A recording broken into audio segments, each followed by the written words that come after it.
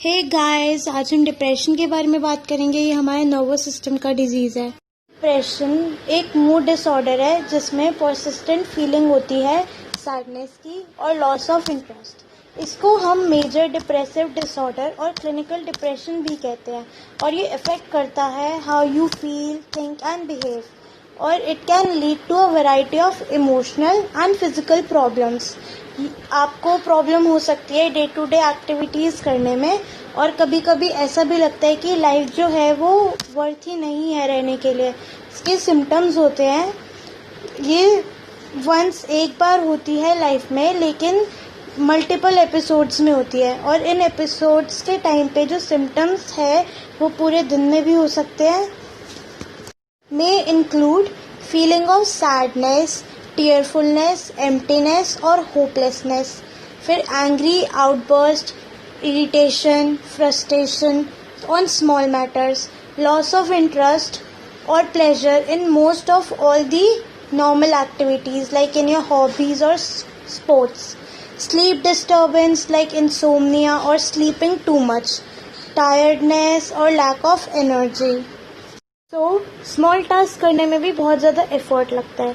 Reduced appetite, weight loss और increased cravings for food and weight gain, anxiety, agitation और restlessness, slow thinking और speaking और body movements, feeling of worthlessness और guilt, fixation on past failures और self blame, trouble thinking, concentrating, making decisions and remembering things, frequent or recurrent thoughts of death, suicidal thoughts, suicide attempts or suicide, unexplained physical problems such as back pain or headaches.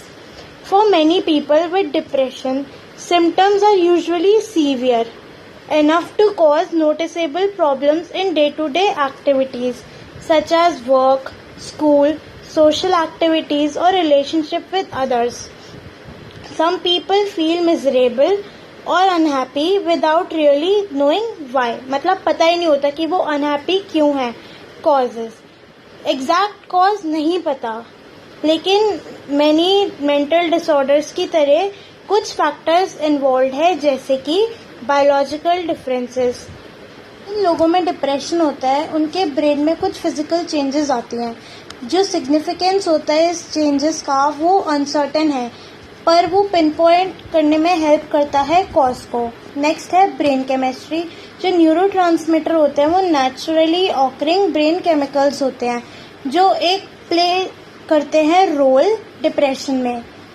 Recent research indicate करती है जब change होता है function में और effect में इन neurotransmitter में और वो कैसे इंटरैक्ट करते हैं न्यूरो सर्किट से जो इन्वॉल्व होते हैं मेंटेन करने के लिए मूड स्टेबिलिटी, वो एक इम्पॉर्टेंट रोल प्ले करते हैं डिप्रेशन में और उसकी ट्रीटमेंट में। नेक्स्ट फैक्टर है हार्मोन्स। जब चेंज हो जाते हैं तो बॉडी के बैलेंस को चेंज कर देते हैं और ट्रिगर करते हैं डिप्रेशन को। और हार्मोन चेंज हो सकता है प्रेगनेंसी की वजह से, डिलीवरी से पहले या बाद में, थायराइड प्रॉब्लम की वजह से, मेनोपॉज की वजह से और अदर कंडीशंस की वजह से। नेक्स्ट होते हैं इनहेरिटेड ट्रेट्स। डिप्रेशन जो होती है वो मोर कॉमन होती है उन लोगों में जो कि ब्लड रिलेटिव्स, मतलब उनके रिलेटिव्स में भी वो डिप्रेशन होती है। रिसर्चर्स जो है वो फाइंड कर रहे हैं उस जीन को जो इन्वॉल्व हो सकता है डिप्रेशन कॉज करने में। रिस्क फैक्टर्स इंक्लूड करते हैं experiencing certain life event such as bereavement, work issues और change in relationships, financial problems and medical concerns, experiencing acute stress, lack of successful coping strategies, a close relative with depression, using some prescription drugs, using recreational drugs, having sustained head injury, had a previous episode of major depression, having a chronic condition such as diabetes, chronic obstructive pulmonary disease or cardiovascular disease, living with persistent pain. Types of depressions are major depression, जिस person में major depression होती है वो experience करता है constant state of sadness और वो loose कर देते हैं अपना इंटरेस्ट इन एक्टिविटीज़ जो वो पहले एंजॉय करते थे। ट्रीटमेंट इन्वॉल्व करती है मेडिकेशन और साइकोथेरेपी।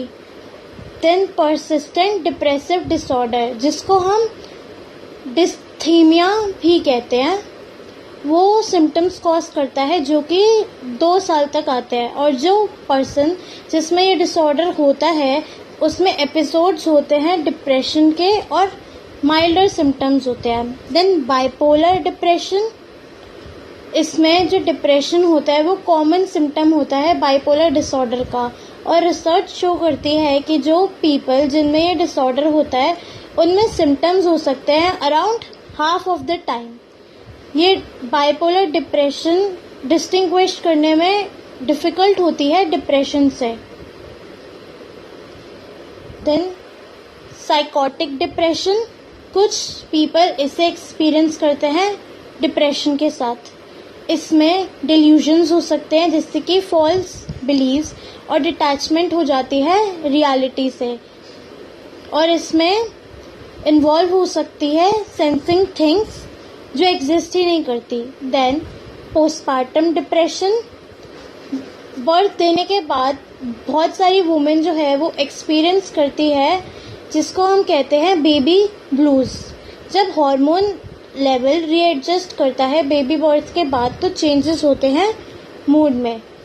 देन ये डिप्रेशन जो होती है ये बहुत ज़्यादा सीवियर होती है और इसका कोई भी एक सिंगल कॉज नहीं होता है इस डिप्रेशन के लिए और ये मंथ्स और ईयर्स तक के लिए हो सकती है। जो एक्सपीरियंस करता है इस डिप्रेशन को प्रेगनेंसी के बाद उसे मेडिकल अटेंशन की ज़रूरत होती है।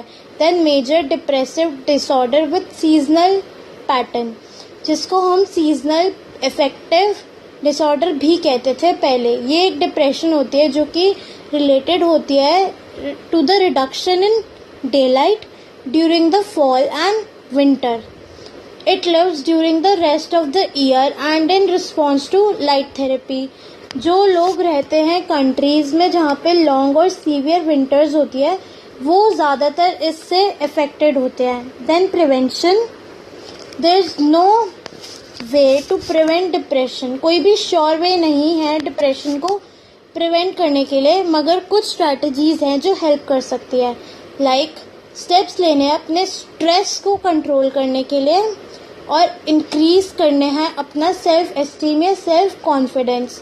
Then reach out to family and friends specially in times of crisis to help you with weather rough spells, मतलब आपकी फैमिली और फ्रेंड से बात करो, वो आपकी हेल्प कर सकते हैं। Then get treatment at the earliest sign of the problem to prevent depression from worsening.